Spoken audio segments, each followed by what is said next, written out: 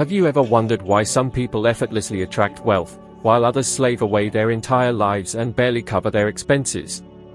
Seems unfair, doesn't it?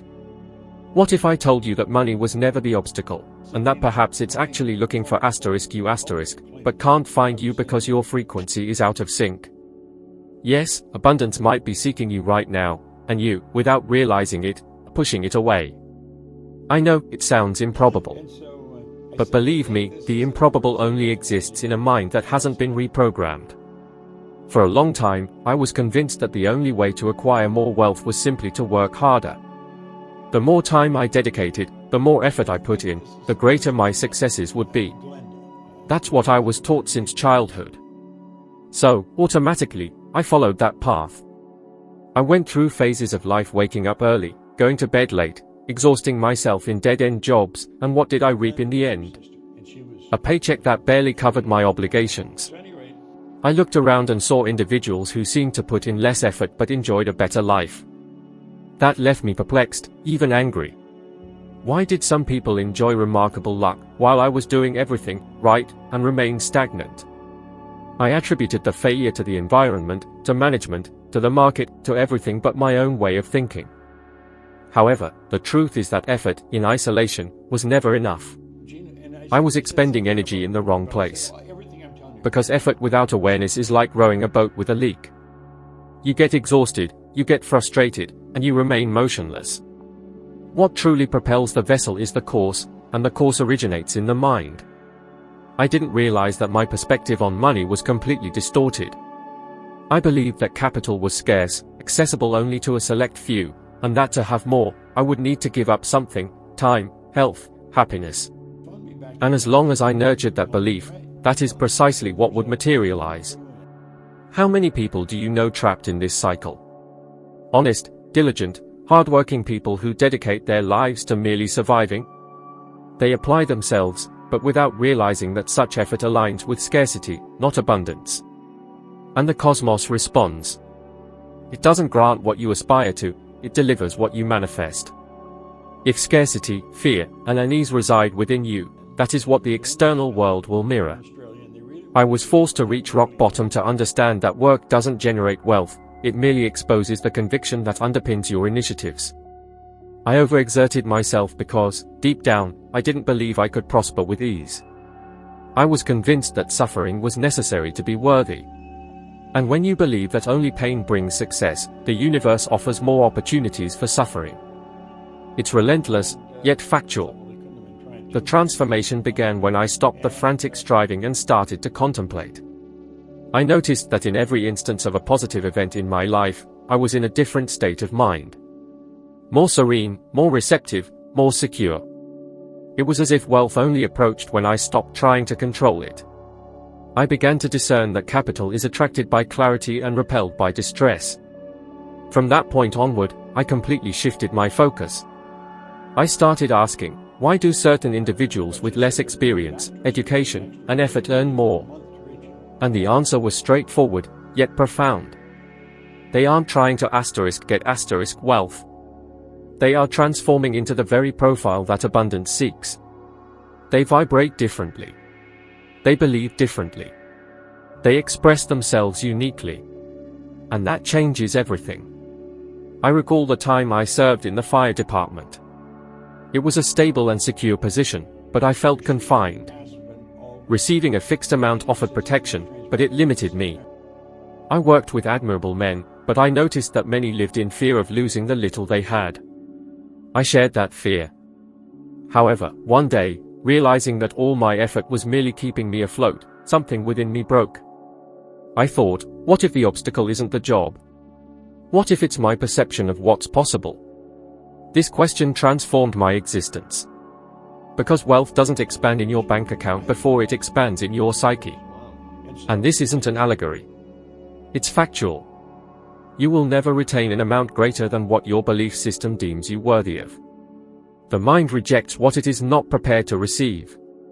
That's why, even when I started earning more, I found ways to dissipate it all. I unconsciously self-sabotaged, because deep down, the belief still resided that I was not worthy of abundance. And perhaps you're experiencing this now. Perhaps you feel exhausted, doing everything right, but life isn't rewarding you. If so, it's time to stop measuring success by toil and start by internal evolution. Because capital is not a reward for physical effort, but rather a result of mental vibration. By changing your vibration, effort becomes delight, labor turns into purpose, and wealth stops being pursued, it starts finding you. The real shift begins when you understand that aimless effort is a waste. The more you try to prove your worth through work, the more the universe perceives your disbelief in your own power. And that's why it tests you. But the moment your intention changes, working not to survive, but to expand, everything shifts. Ideas sprout, the right people appear, opportunities proliferate. Not because the world changes, but because you transform. Wealth was never the obstacle. It was always seeking you. But as long as your mind is tethered to the idea that effort is the only way, you will continue to push it away. Life rewards clarity, not exhaustion. And by assimilating this, you will realize that transformative work isn't manual, but mental. It's this type of activity that capital values, identifies, and desires, because it vibrates at the same frequency as abundance. It took me a long time to understand that the human mind acts like invisible software, governing every choice, feeling, and outcome of our existence. For years, I operated under an internal program that dictated, you are not capable enough. You weren't born for this. Wealth is for others. These statements were so deeply ingrained that I didn't even notice them. And the most intriguing thing is that they weren't mine, they were instilled by others. Parents, teachers, peers, the entire community echoing that success is hard, that capital is risky, that excessive ambition leads to frustration. I accepted everything without question, and that was the primary mistake. The problem is that the subconscious doesn't question. It simply complies. And by spending your life hearing about the unattainability of wealth, your subconscious registers this as a directive. It forges an internal limit that defines your reach, and you live in an immaterial prison. You might even dream big, but you always return to the starting point. It's like trying to run with the parking brake on, you exert yourself, but you don't move forward. Most people exist like this. They believe they need more knowledge, more training, more opportunities. And without results, they think something is missing. However, what's truly missing is an update to the mental operating system. Because it's useless to learn new methods if the mind that will apply them is still operating with old code. The conscious mind might even discern what needs to be done, but the one who truly decides is the subconscious, and it doesn't change through data, but through consistency and emotion. I recall an occasion during a leadership program. I observed the mentors elucidating each stage, and the learners nodding, I understand.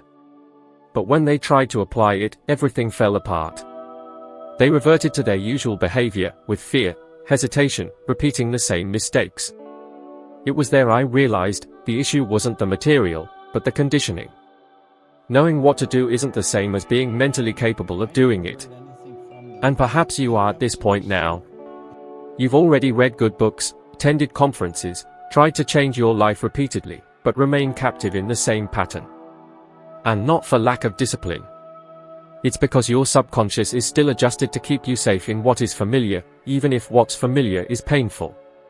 Its function is to maintain, not to transform. It chooses the comfort of scarcity over the uncertainty of abundance. Changing this routine demands audacity. Audacity to question everything you've absorbed until now. As I started questioning my own convictions, I noticed that most of them originated from individuals who were also struggling financially. They were people who wished me well, yet had never learned to achieve affluence. Unconsciously, I assimilated their emotional restrictions. The moment I understood this dynamic, a sense of relief washed over me. I realized the possibility of adopting a new thought model, and that my entire existence up to that point was merely a reflection of my ideas. Visualize the following: your mind resembles an orchard. If you cultivate conceptions of fear, uncertainty, and regret, that is precisely what will blossom. It's useless to lament the fruits if the seeds were never replaced. The good news is that everyone can replant, and the mental soil has enough fertility to welcome something fresh at any moment. However, it is crucial to begin with a deliberate decision, to abandon the acceptance of what others have defined as your boundary. The moment I became aware of my subconscious's influence, I began to self-analyze with greater depth. I started identifying the impulsive thoughts that harmed me daily. This is beyond my capacity. It won't succeed. I'm not worthy of so much. Such sentences emerged as reverberations of previous experiences, and whenever I identified them, I purposefully swapped them for a new declaration: I possess ability. I am worthy. I am prepared. I reiterated these concepts even without genuine conviction, because I was aware that the intellect improves through persistence. The change began when I understood that certainty was not a prerequisite for taking the first step. It was enough to reiterate the new conception until it became more deeply rooted than the pre-existing one. Gradually, my brain assimilated the new coding. I began to act differently, to make different choices, and consequently, the outcomes started to shift. Not because external difficulties lessened, but because I adopted the mindset of someone who trusts their own abilities. The unconscious mind represents a subtle, yet powerful, energy. It operates like an incessantly active gear.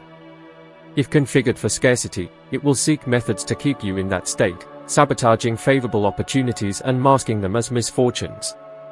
However, when adjusted for abundance, it initiates a process of shielding against what restricts you and fluidly guides you towards what expands you. The distinction between an individual who thrives and another who merely subsists lies not in aptitude, nor in academic background, nor even in circumstances. It resides in the internal structure each person chooses to cultivate. And if the operating model within you has, until now, only brought struggle and disillusionment, perhaps it is time to implement a new version. For the real barrier is not found in the external environment, it is in the conviction you have not yet dared to transform. And on the journey where you renew this platform, you will notice that financial resources, opportunities, and ideal connections have always been present, merely awaiting the proper instruction to manifest themselves. There was a turning point when my entire reality began to shift, and remarkably, it wasn't a memorable date. I was still employed by the Toronto Fire Department, with the same routine sequence of tasks and a paycheck that was barely enough to cover my debts. It was a phase of existence where one stopped anticipating great new things. And it was precisely in this context that chance chose to appear in the form of a literary work. A man named Raymond Stanford offered me a copy of Napoleon Hill's Think and Grow Rich Star. I was completely unaware of the magnitude that simple act would entail. I took the publication out of courtesy, but I admit, initially I didn't even conceive that something so commonplace could bring about any transformation. Nevertheless, an inner urge prompted me to read it. With each page, I experienced a distinct kind of unease, as if those formulations were calling me to take responsibility. I delved into writings about belief, purpose, and mental attitude while still wearing my firefighting gear, and began to understand that the work wasn't merely about material wealth, it spoke of internal perception. It was impactful to realize that the issue had never resided externally to me, but rather within my core. This revelation led me to reflect on the countless occasions when I attributed blame to chance, to the economic situation, to the people in my life, ignoring that the solution had always been within my own control. During that period, I lacked academic education, possessed no influential connections, and, to be frank, had no clear perspective of the future. However, upon beginning to reread that work, something began to transform. Hill's teachings started to act as a new coding implanted in my unconscious. I dedicated myself to reading and repeating. I read and visualized, and even without fully assimilating it, my way of thinking began to broaden. I began to question everything that once seemed unquestionable. Why did I dedicate so much to my work and still remain in debt? Why did other individuals, with less effort, achieve success? The literature confronted me with a challenging reality. The world doesn't change when you criticize it, it changes when you alter the way you perceive it. And it was at that point that the metamorphosis began. I began to discern that every idea I nurtured directly impacted my achievements. If I assumed the non-existence of opportunities, the cosmos corroborated that conviction. If I conceived the possibility of somehow finding a path, the cosmos likewise did so. It seemed that the world simply echoed what I projected.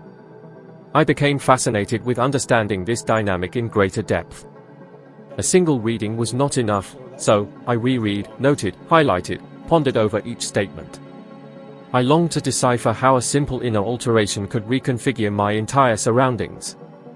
As the days passed, I began to observe the occurrence of small events. New perceptions emerged, different individuals approached, and, primarily, my emotional state began to change. I felt more relieved, more secure, more eager to uncover what would be feasible. It was as if a renewed force was driving me. And this is the core that many do not understand. It is not the information that changes your existence, but the psychic landscape it incites within you. When feeling harmonizes with conviction, existence begins to respond. I clearly recall the moment I decided to apply the book's precepts. I wrote down a purpose that seemed absurd to me at the time. I am extremely satisfied and grateful now that I earn $25,000 annually. I barely received $4,000, my debt exceeded that amount, and yet I recorded it. For I longed to verify that conception. I wished to ascertain if the content expressed therein corresponded to reality or was merely eloquent rhetoric. And it was in that simple gesture, the act of writing it down and having faith, that everything began to manifest. I did not know the methodology, but an inner voice assured me that the how was not my concern. My only role was to decide, believe, and act. As time passed, I encountered an unforgettable revelation. When your intellect changes its course, the entirety of the cosmos begins to restructure itself around that new trajectory. I began to identify opportunities where I once saw impediments. What previously seemed unfeasible began to appear as feasible. I still did not know my exact actions, but I sensed I was on the right path. It was as if finances and auspicious occasions had always been present, but until that moment, I lacked the appropriate perspective to discern them. It was a phase of great effervescence. I turned the pages of the copy with such regularity that some began to detach. And the more I absorbed the content, the more something manifested within me, an intrinsic voice that declared, "It is possible for you." It always has been. This proved to be one of the most impactful declarations that resonated in my cognition. And it is remarkable how existence reacts when you alter your vibration. Shortly thereafter, I chose to resign from the fire department and establish my own cleaning venture. Devoid of financial resources, prior experience, or a structured plan. Only with a concept and a renewed conception. And it was at this point that the marvel materialized. In a period of 12 months, that modest company generated an income exceeding $100,000. For someone who came from a state of deprivation, such an accomplishment was unthinkable. However, what truly astonished me was not the monetary values, but the evidence that reality is malleable, and it begins to adapt before those who vehemently place their faith. I understood that publication not only altered my repertoire of knowledge, it transformed the essence of my being. And it was for this reason that, from then on, I began to dedicate my existence to teaching what I assimilated at that moment. The power of cognition is infinite, but it only reveals itself when one has conviction prior to visualization. Because conceiving after events occur does not constitute belief, it is mere verification. Authentic faith consists of being certain when nothing yet appears logical, when everything seems to oppose you, and, nonetheless, you persist in declaring inwardly, "I know that it will achieve success." It was this conviction, sown by that work in the possession of an ordinary individual, that triggered all subsequent events. And today, in retrospect, I ascertain that unpretentious episode, a publication fortuitously granted, represented the inflection point between the trajectory I was following and the existence that fortune began to provide me. For financial resources, as well as favorable destiny and opportunities, had always been around me. It was I who was not able to perceive them. The transformation began when I ceased to hesitate and chose to have confidence. Because existence does not grant what you request, it provides what you conceive as feasible. For a long time, I was trapped in a cycle that seemed unbreakable. Each dawn brought the same anxieties, ideas, and thus, identical outcomes. It was as if life was on repeat mode. I longed to change, but I didn't know where to start. Only by observing the mental processes did I understand, the issue was not the circumstances, but the unconsciously reiterated patterns. Bad ideas, adverse feelings, impulsive attitudes, and frustrating outcomes, all composed a self-sustaining vicious cycle. This is the hidden pattern that ensnares many. Firstly, comes the idea. You conceive of something that evokes an emotion. This emotion defines the subsequent action. And your actions, unfailingly, generate a result that validates the initial thought. It is a trap of the mind, because every time the same outcome presents itself, it consolidates the belief that originated it. Thus, the cycle perpetuates itself. It's like being in a labyrinth, without noticing that the barriers are mere conceptions. I began to notice how such a model manifested in my life. Believing that financial resources were insufficient, I felt fear. This apprehension led to cautious decisions. I settled for the bare minimum, turned down opportunities, and sabotaged myself. The outcome? Scarcity. The pattern fostering insecurity persisted, keeping me in a constant state of mere subsistence. It was exhausting. What's most insidious is how rational this cycle seems. When desired outcomes don't materialize, the mind judges, "See, I was right." Yet, it ignores that its own conviction generated that very consequence. The human intellect is incredibly potent, but it fails to distinguish between reality and habit. If you persistently reiterate a negative idea, your body reacts as if it were a fact. And when that feeling repeats, the body goes on alert, diverting the energy meant for creation towards self-protection from fear. I understood that to break this pattern, the cycle needed to be halted at some point. And the only truly changeable point is the initial idea. You can't directly alter the result, nor can you force a feeling, but you can change the kind of thought that feeds the system. By altering the idea, the emotion shifts. By modifying the emotion, the body reacts with new attitudes. And by changing attitudes, outcomes, without fail, transform. This was the practice I adopted. Instead of automatically reacting to challenges, I began to observe what I felt. If something frustrated me, I would ask, what is this emotion trying to teach me about my convictions? I realized that the external world constantly mirrored my internal thoughts. If my financial situation stagnated, it was because, deep within me, the belief persisted that wealth was something arduous, distant, or undeserved. And don't be mistaken, altering this routine is not an isolated achievement. It's a progression. It's like reconditioning your brain for a new mindset. Scientific research reveals that the brain forms neural pathways for each reiterated mental pattern. When you think something for the first time, a faint trail is created. But by repeating the idea many times, that trail becomes a main highway. The problem is that, for most, these main highways are forged by fear, uncertainty, and scarcity. So, when an unprecedented opportunity arises, the mind returns to the familiar route, that of restriction. That's why I understood the need to consciously switch my thoughts. Every time my mind declared, "This is complex," I internally replied, "This is viable." One single time wasn't enough. I repeated it until the new idea felt familiar. Familiarity is the key. The mind resists the unfamiliar until it becomes customary. And what is customary becomes comfortable. Thus, I began to reshape my convictions without confronting them. I recall a period when everything seemed to fail. A company I started wasn't prospering, debts accumulated, and the old thought resurfaced, perhaps I am not capable. This time, however, I was lucid. I knew that idea wasn't a fact, but an old reflection seeking control. So, instead of yielding, I sat down, closed my eyes, and imagined myself prosperous, secure, and grateful. I did this repeatedly. And what was imagination turned into a real sensation. I felt my body reacting, my heart beating differently, the fear diminishing. With the passage of time, transformations re-emerged. Ideas surfaced, people appeared, and once impossible solutions became evident. All due to the change in my inner state. And it's crucial to understand, results are merely a reflection of your mental state. It's useless to manipulate the mirror without changing the image projected onto it. The great transition occurs when you realize that you shouldn't wait for results to change to feel different. It's the opposite.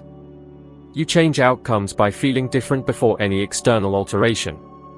The universe doesn't respond to your desires, but to your emotional frequency. By vibrating scarcity, you attract absence. By vibrating confidence and appreciation, you attract abundance. The hidden pattern only unravels when you change what nourishes it. It's as if, for many years, you had watered a plant that held you back, and suddenly decided to cultivate something new. The change isn't instantaneous, but it happens. And when it begins, what was repetition turns into progress. What was fear turns into momentum. And then you truly understand that the exterior is merely a mirror of your interior. Alter the reflection, and the scenery changes with you. Reiteration was the secret that revolutionized my life. For years, I thought reading a book just once, or listening to an inspiring lecture, would suffice. But the truth is, nothing changes until the mind adopts the new idea as part of itself. And that only happens through persistence. The human mind is like fertile ground, it doesn't thrive with a single isolated seed, but with continuous, daily cultivation, until the new conviction takes deep root. I recall the beginning of my personal development studies. I listened to Earl Nightingale on his old recordings, cassettes I carried everywhere. I listened to them dozens of times, perhaps 100 occasions. At first, I thought I was just listening. But, with time, I realized I was being reprogrammed. Each reiteration made the words penetrate deeper into my subconscious. And without noticing, my way of thinking shifted. I wasn't just learning something new, I was becoming a different person. Many underestimate the power of reiteration, believing that change is an isolated event. However, true alteration is a process, and it demands patience. The brain doesn't modify itself through one brilliant idea, but through constant exposure to a robust concept. Each time you reiterate a conviction, you reinforce a neural pathway in the brain. And the more you traverse it, the more natural it becomes. Thus, the unfeasible turns into habit. I realized that my life was a succession of unconscious repetitions. I reproduced pessimistic ideas without noticing. It won't work, it's too complex, I won't achieve it. These seemingly harmless phrases were mental commands that held me back. Upon grasping this, I decided to reverse course. If I could program myself for failure unknowingly, I could also consciously reprogram myself for triumph. Thus, I established my own ritual. Daily, without fail, I read and reiterated positive affirmations. I wrote them on index cards, affixed them to the wall, and recited them aloud until I felt the words integrate within me. I distinctly remember a phrase that stayed with me for many years: I am immensely happy and grateful to earn $1 million annually. At first, it sounded comical. I earned far less, and my mind screamed, deception, each time. But I persisted, for I understood that the mind doesn't discern truth from habit, it merely accepts the consistent. Gradually, the opposition faded. Terms once unfamiliar became familiar, and habit generated conviction. After the transformation of my conviction, everything around me began to change. I started making distinct choices, acting in renewed ways, and others' perception of me also shifted. It seemed the cosmos reacted to the new vibration I emitted. Persistence is the foundation for personal metamorphosis. Many long for unprecedented outcomes, yet they persist in old ways of thinking. They aspire to financial autonomy, but declare daily that making a living is a challenge. They desire success, but affirm, that doesn't belong to me. The cosmos is impartial, it merely mirrors what you project with greater regularity. What is uttered sporadically has less impact than what is verbalized constantly, especially when said internally, in the depths of one's own mind. I witnessed this occurrence not only in my journey but in countless individuals. I have guided entrepreneurs, merchants, mothers, and young people, all exhibiting the same behavior. They long to alter their lives, yet with anxiety. They adopted a new conception for a few days and then abandoned it. It resembles attending an exercise center for 7 days and expecting a renewed physique. The modification doesn't emerge with the first reiteration, but with the 1000th, when the intellect ceases its resistance and begins to embrace the unfamiliar as inherent. Scientific evidence corroborates this assertion. The brain requires uninterrupted exposure to forge new neural pathways. This is what neuroscientists call neuroplasticity, the brain's ability to adapt according to the stimuli received. This implies that, by reiterating a constructive perspective, you are, in fact, reformulating the composition of your brain. You are building new connections, strengthening recent synapses, and attenuating pre-existing ones. It is a phenomenon both corporeal and psychic that unfolds concurrently. However, there's a crucial particularity: reiteration is only effective if it's accompanied by feeling. Articulating something automatically doesn't provoke any alteration. It's imperative to truly experience the sensation. When uttering a declaration, perceive what it would be like to live that experience. Feel the detachment, the appreciation, the solidity. For the subconscious mind doesn't decipher words, it comprehends frequencies. An emotion constitutes the language of vibration. When cognition and feeling converge, they generate an attractive field capable of summoning analogous situations. I put this to the test on numerous occasions. There were periods when I observed no progress whatsoever, feeling as though my words were mere whispers into the ether. Still, I persisted. And suddenly, elements began to harmonize. I met the right individuals, opportune chances arose, the correct paths unfolded. And I understood that none of this was accidental. It was an unfolding. The cosmos was simply reacting to the new paradigm I had cultivated within my being. The key lies not in believing only when everything is already going favorably, but in reiterating even when nothing seems to be working. Because it is at this threshold that recurrence converts into conviction. And conviction represents the most potent generative force in existence. By persisting in belief even without clear evidence, the cosmos perceives that you are ready. And when you are ready, what is truly yours begins to draw near. I've realized that genuine tenacity isn't about exhaustive effort, but about cognitive stability. It's in the daily commitment to remembering your identity and your aspirations, until this perception becomes irrefutable. Repetition is not a weakness. To repeat is to sculpt the intangible. This is how consciousness shapes the pattern of prosperity, and thus sustenance ceases to be a struggle and transforms into a natural outcome. For everything that is replicated with sufficient emotional intensity, sooner or later, materializes. One reaches a stage on the path where transformation ceases to be a mere pleasant idea and becomes a demand. One feels, internally, that it's no longer viable to continue existing in the same habitual pattern, replicating identical outcomes, the same fears, the same restrictions. I experienced this juncture, and it is undeniable. It's that peak where the psyche yearns for expansion, even though matter is rooted in the past. And it was at that point that I found myself needing to choose, to remain the individual I was, or to transform into the being I knew I could become. However, metamorphosis requires determination. And making a genuine decision is far more complex than it appears. Most people confuse yearning with deliberation. To desire is uncomplicated, anyone can do it. Desire is burden-free. However, to determine implies eliminating all other alternatives. It's when you assert to yourself, "This is it, and I will not retreat."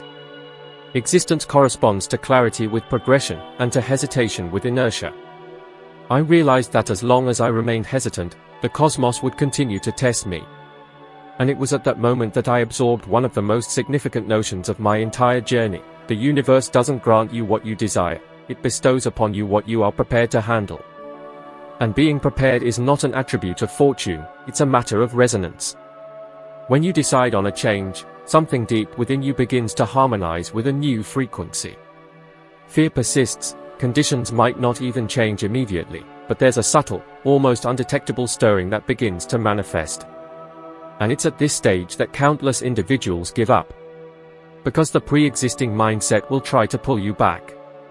It will tell you it's risky, that you're not ready, that it's wiser to remain where you are. But that's precisely where you need to persist. It's at this point that the old self begins to perish, and the new one starts its advent.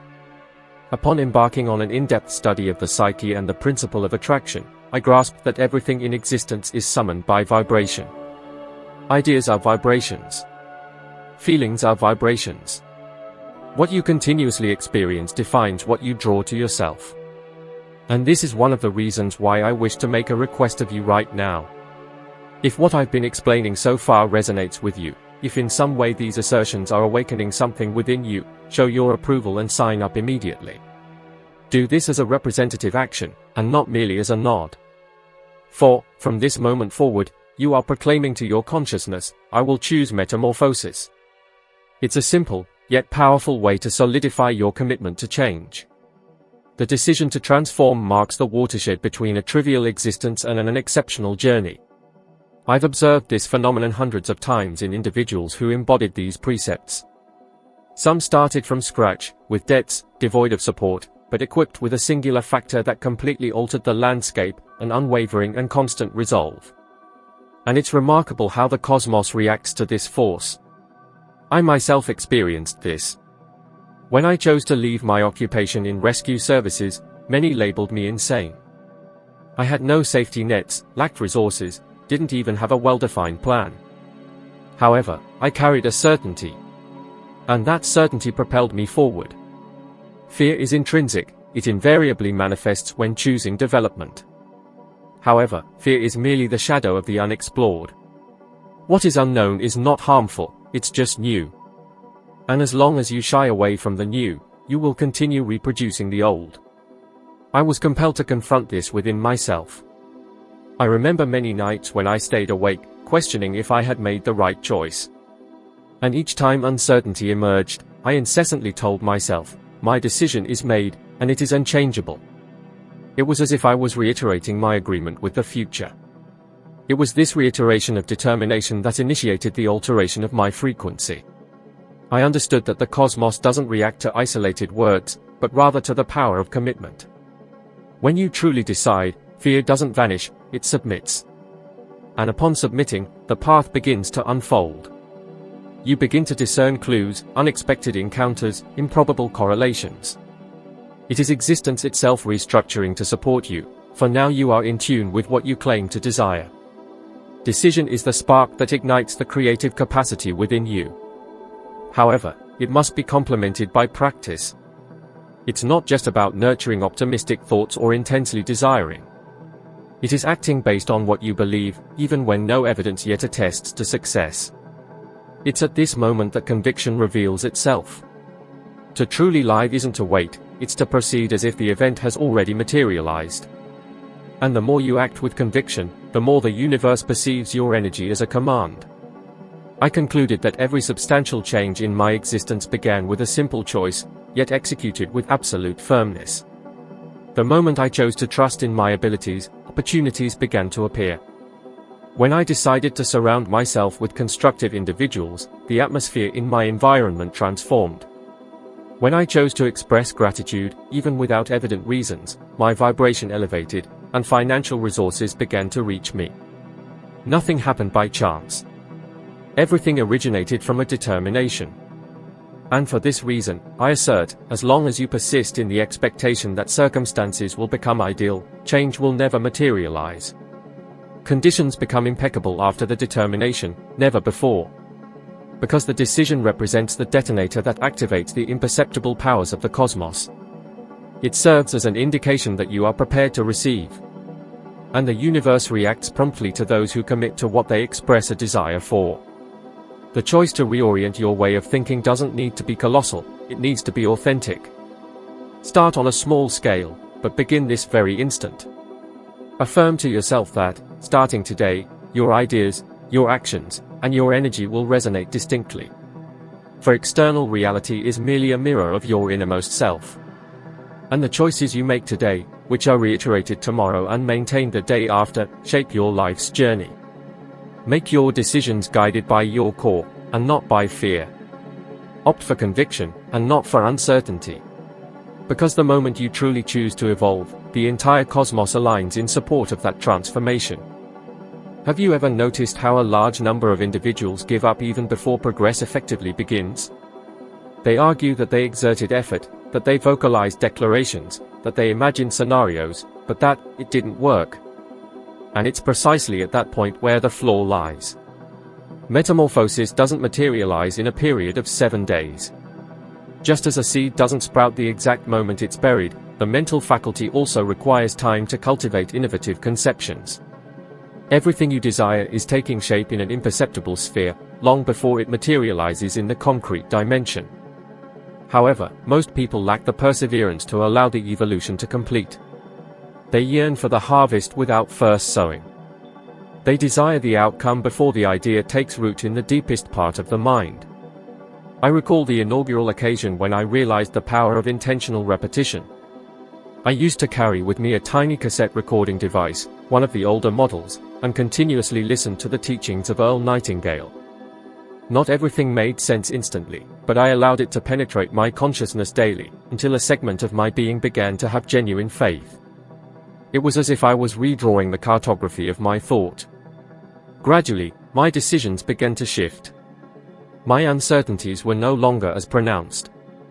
And it was at that point that I realized, repetition's sole purpose isn't to recall information, it functions to metamorphose you. It establishes a connection between your knowledge and your essence. Most individuals minimize the influence of persistence. They vocalize a declaration for a few times and conclude that nothing changed, and then they stop. However, if you analyze prominent athletes, musical artists, or entrepreneurs, all share one characteristic: they reiterate. They repeat until the process becomes instinctive. This is neuroscience in its clearest form. The brain establishes new pathways through continuous practice. Every time you project your desired future with an authentic feeling, you strengthen these neuronal connections. It's comparable to opening up new paths in a dense forest. In the beginning, it's challenging, it requires you to push aside the branches. But as time goes on, that path becomes more accessible, more discernible, until one day you traverse it without expending any energy at all. The moment you utter something and perceive it as true, your subconscious mind doesn't distinguish between what's imaginary and what's factual. It simply assimilates what is reiterated with emotional intensity. This is why so many individuals persist in scarcity, because they repeatedly, even unconsciously, use expressions like, "It's impossible," "It's too difficult," "There's no solution." They broadcast the adverse aspect with such emotional intensity that they end up conditioning their own psyche for failure. And subsequently, they blame fate, the government, their employer, or chance. However, randomness doesn't exist. What exists is vibrational resonance. And you emit the frequency of what you consider to be an intrinsic truth within yourself. I recall that, at one point in my life, I held an unshakable conviction that financial wealth was something entirely separate from my reality. I would observe affluent individuals and think, that's for them, it doesn't apply to me. However, everything transformed when I started listening to my own words. I realized the extent to which I was intensifying scarcity through my own language. So, I adopted the opposite stance. I began to repeat affirmations like, "I am abundant, prosperity reaches me effortlessly, I am worthy of opulence." At first, it sounded like a falsehood. Yet, I persisted. And it was at that moment that the wonder manifested. The untrue narrative, reiterated with sufficient emotional fervor, solidified into the new reality. This is how the mental faculty operates.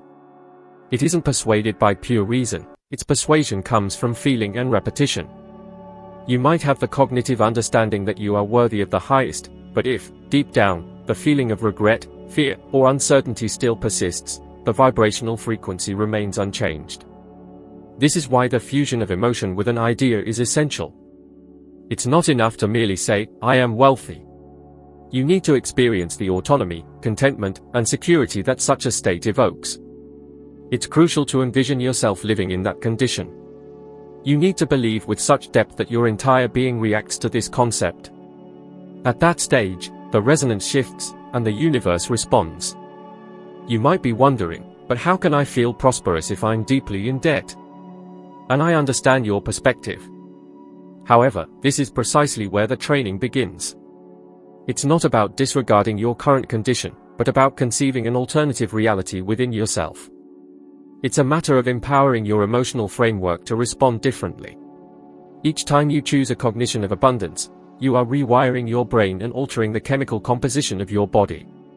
Fear will diminish, and expectation will rise. Consequently, your choices will change. You'll begin to discern opportunities that were previously imperceptible because your current tuning is calibrated to recognize them. Many individuals declare, "I have faith, but I don't feel it." And my reply is, keep going. Persist until the feeling manifests. Keep going even when the situation appears to be fruitless. Because it's precisely at this stage, at the threshold of breaking the pre-existing habit, that most people give up. The subconscious part of the mind resists change, it yearns for what is recognizable. However, if you persevere, if you sustain the new concept with conviction and fervor, time will come when it transforms into something spontaneous. And then, an extraordinary phenomenon unfolds, you stop striving to believe and simply come to know. And once you possess that knowledge, the entire cosmos restructures itself to validate your certainty. The reality is that the cosmos doesn't respond to hard work, but rather to resonance.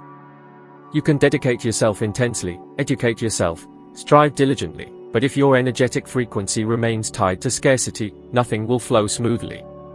Expending the appropriate energy, but with the wrong resonance, is like swimming against the current. In contrast, when your reason and emotion are harmonized towards abundance, pathways swing wide open. Wealth, ideas, connections, everything begins to seek you out. And this is why repetition constitutes the most sublime act of conviction. It is the palpable testimony of your belief in what is not yet visible. Therefore, if you currently perceive that nothing is changing, that you are stuck, do not despair. Intentional repetition functions like the sharpening of a cutting tool. Each time you declare, perceive, and trust, you cut a little deeper into the layer of impediment. Keep repeating. Keep imagining. Keep believing. Because the moment your subconscious mind embraces the new coding, prosperity will cease to be something you relentlessly pursue, and will become something that pursues you. Fear represents an invisible, yet powerful, force. It camouflages itself under the guise of caution, rationality, and common sense. And this is precisely why much of humanity accepts it without realizing it. They label it realism, when, in truth, they are being dominated by the dread of losing the meager possessions they hold. Fear doesn't scream, it whispers, what if things don't go well? What if you're not successful? What if everyone criticizes you? And imperceptibly, you start to exist in constant defense against something that hasn't even materialized. This is how apprehension constructs a captivity devoid of walls, an intangible dungeon where existence appears to be safeguarded, but the spirit withers. I learned this lesson the hard way. The moment I decided to leave my occupation with the fire department, I had no savings, no detailed plan, and no idea what would come next. I held only one conviction: I couldn't continue in an existence that didn't make me feel fully alive. And during that time, the whisper of fear was terrifyingly loud. It asserted, you will regret it, you will fail, you will end up with nothing. Yet, there was a second voice, soft, resolute, almost undetectable, that urged, believe. That was the first time I truly understood that bravery isn't the absence of fear, it's action taken in its presence. Fear is an organic mechanism, an intrinsic bodily reaction designed to safeguard us. The dilemma lies in the fact that most people don't use it as a warning, but rather as a brake. They allow it to keep them static. And the irony is that apprehension only dissipates the moment you face it. The more you try to protect yourself from suffering, the more suffering prevails on your journey. The moment you finally advance in the direction of what frightens you, an extraordinary feat occurs. The fear diminishes its intensity as you realize it was merely a mental fantasy, not a concrete fact. Numerous people assume they need stability before undertaking any change, but the reality is just the opposite. Stability manifests after deliberation, never beforehand. The perception of solidity doesn't derive from external conditions, it stems from conviction. Conviction in your own ability, conviction in the unfolding of events, conviction in the premise that the cosmos rewards those who progress. When I resigned from my occupation, I didn't have a defined trajectory, but the path revealed itself as I moved forward. It's like traversing a structure that only materializes as you execute each movement. And this is why most people never cross it, they long to behold the entirety of the bridge before commencing their journey. You might currently find yourself at this stage, trapped between what is familiar to you and what appears attainable. You desire something new, but you cling to the pre-existing because it offers you a chimera of control. However, control is the antithesis of development. Everything that possesses vitality alters, flows, transmutes. And fortune, as a driving force, likewise directs itself to where there is dynamism, to where there is boldness. When you choose to break free from inertia, the cosmos begins to articulate in your favor, and not before then. This is why I invariably assert, for the innovative to enter, create a vacuum. Making space requires you to get rid of what no longer serves a purpose. There was a time when I taught about this at a conference. I instructed individuals, if you possess something you don't love, let it go. The universe abhors a vacuum, it incessantly fills the space. I returned home that day and noticed that my assistants had, indeed, removed all the old kitchen furniture. For a moment, I felt fury, astonishment, and distrust. Soon after, however, I began to laugh. They had assimilated the lesson more deeply than many people. And I observed how much I myself still clung to old objects out of habit, and not out of genuine need. A few days later, the ideal opportunity emerged to update that space, and everything moved forward. It was manifest proof that detachment is the first step towards abundance. However, make no mistake, letting go isn't simple. When you shed the obsolete, a period of vacancy manifests. An unsettling stillness. It is the hiatus between what once was and what has not yet materialized. And it is in this interval that fear tries to creep back in, shouting that you have made a mistake. But it is at this very moment that belief needs to resonate with greater force. It's like the flapping wings of a bird unsure if it will fly, yet it still jumps from the branch. Bravery lies in that leap. And that initiative paves the way. There is a crucial detail hardly anyone mentions: fear doesn't completely disappear. It morphs. The more you progress, the more its configuration changes. At first, it stops you from starting, later, it tries to make you stop. And you need to learn to identify it not as an antagonist, but as a sign of development. Whenever you feel fear, understand, you are about to leave the old vibration and step into a new one. Fear is evidence that you are approaching something greater. Therefore, instead of running, be grateful for feeling it, it is guiding you. Scientists have already found that persistent fear raises cortisol levels, the stress hormone, and decreases creativity and mental clarity. It is for this reason that, when we are captive to fear, we remain blind to opportunities. But when you calm your mind, when you breathe deeply and proclaim, "I trust," your body changes its frequency. Ideas begin to flow, connections form, and money starts circulating again. For fear contracts, and trust expands. To prosper is, fundamentally, a state of expansion. Reflect on this: how many opportunities have come your way, and you let them slip away because you were afraid to venture out? How many times have you said no to something that could have transformed your life? How many desires have you held back due to hesitation? And now imagine for a moment if you had said, yes. The truth is that the universe always offers the next step, but it will never force you to move forward. Movement is your choice. And it is this decision that wealth recognizes. Money is drawn to bravery, it goes to those who act. Consequently, if there's something you wish to change, but fear has paralyzed you, remember, fear is merely the shadow of absent faith. The more you believe, the less it controls. Take the step. Even if you're trembling, even if you're unsure of what will come. Life rewards those with the courage to cross the threshold of fear, for on the other side lies precisely everything you've always yearned for.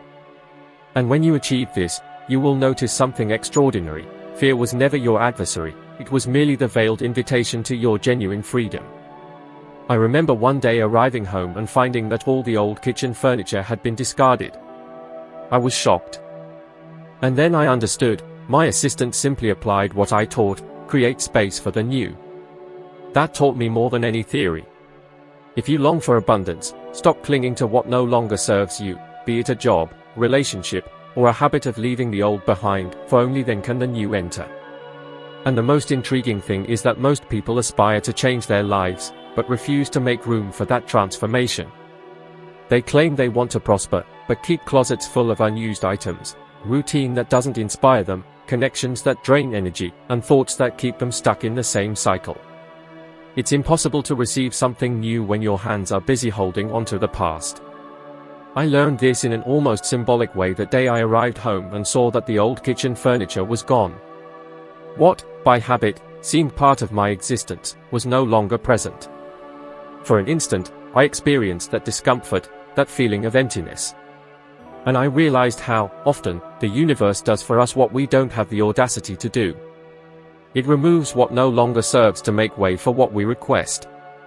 The thing is, when this occurs, the initial feeling isn't joy, it's fear. Because the old, even if confining, is familiar. The new demands surrender. This is the same process that unfolds within the mind. You want to conceive a new reality, but you are still full of obsolete thoughts. It's not the right time, I can't do it, what if it doesn't work out? Each of these expressions is like an old piece of furniture taking up space inside you. And as long as they persist, there's no room for the concept of abundance to settle in. Therefore, sometimes, the inaugural step to attracting prosperity is not to do more, but to release more.